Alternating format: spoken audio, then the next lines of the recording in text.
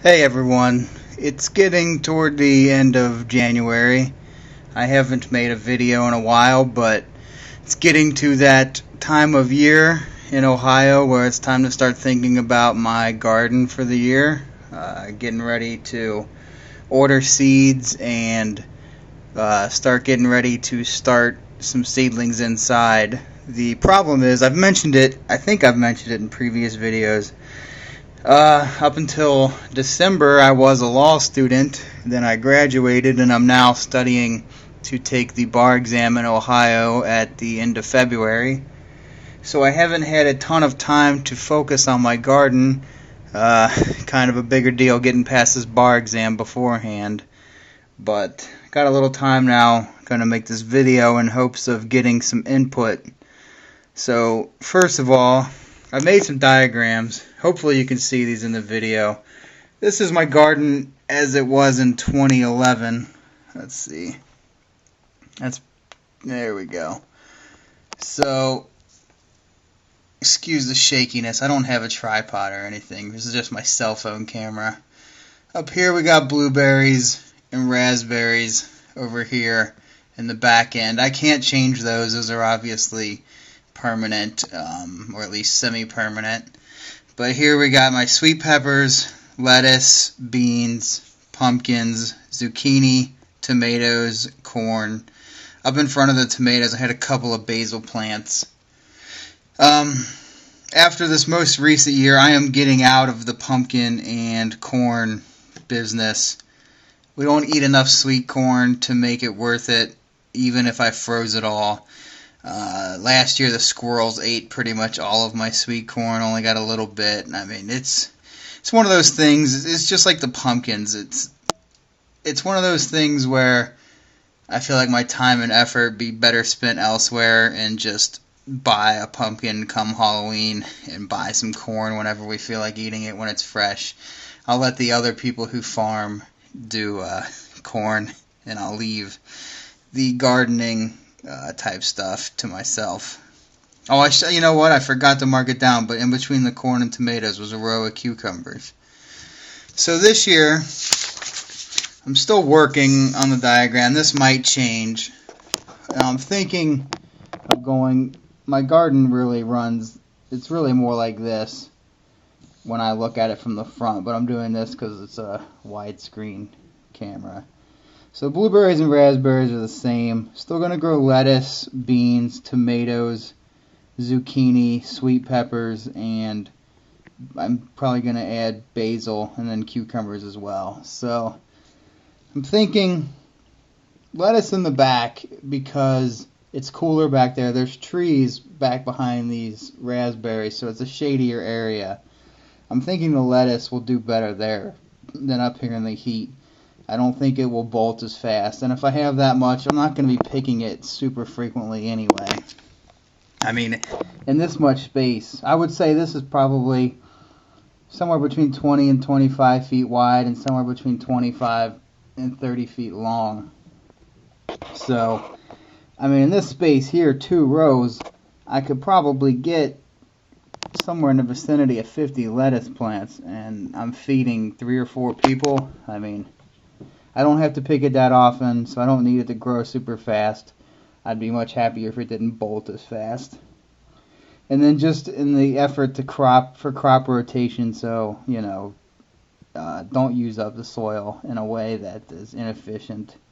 Or just, you know, I don't know a ton about crop rotation. I just know it's a good idea because you don't want to use up specific nutrients that different plants use more and less of, you know, and then your beans are nitrogen fixing. So anyway, this is the current plan.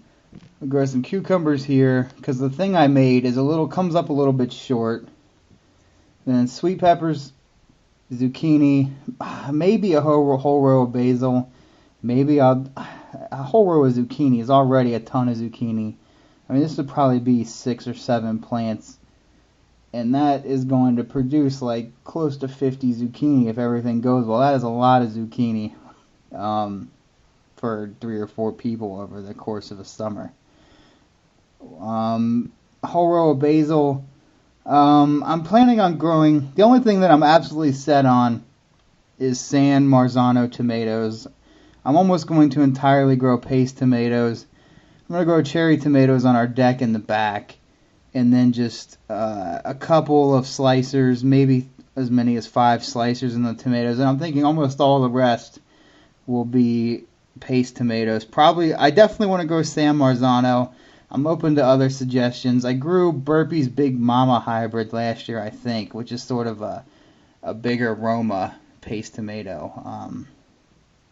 I didn't really love it. It was okay. It wasn't super prolific in my garden. I'm looking to go back to straight organic seeds.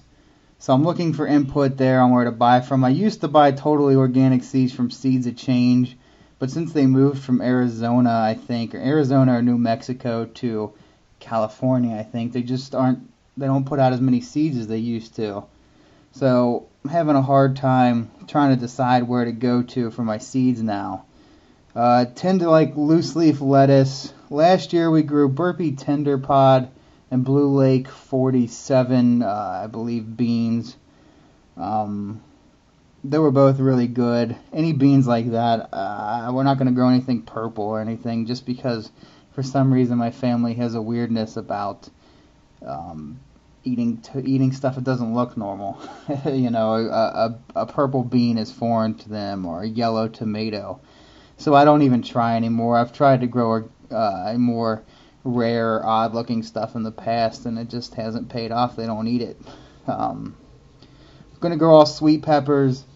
The most popular one last year were these ones called the Gypsy Hybrid from Burpee. That's probably just some name they put on it, so if anyone knows what the real name or what a different company maybe calls that, that'd be good information for me to have. I'd really appreciate it. Cucumbers, going to probably stick to some straight burpless and maybe a couple of picklers. I've been wanting to do pickles in the past. I tried last year and I didn't do very well with my pickler zucchini. Actually, or not zucchini, cucumbers. Actually, cucumbers didn't do all that well last year in the first place. I should add, I think I'm going to do a row of marigolds down here. I heard that that's decent for keeping pests away. At the very least, maybe it'll draw in some insects, bees and whatnot. If there's anybody has any good idea for flowers to keep bees around, I plan to someday hopefully keep maybe a hive of bees back behind my garden, but that's going to take some talking my family into letting me do that. Haven't been able to let them talk me into doing chickens either. So I guess to get to the point of this video, I'm looking for input on varieties to grow and sources for organic, maybe heirloom varieties, and it doesn't really matter, just mostly organic seeds. I garden totally organically, you know. The only pesticide I ever use if I need to is neem oil, and I always get the OMRI certified neem oil. All of my fertilizers are OMRI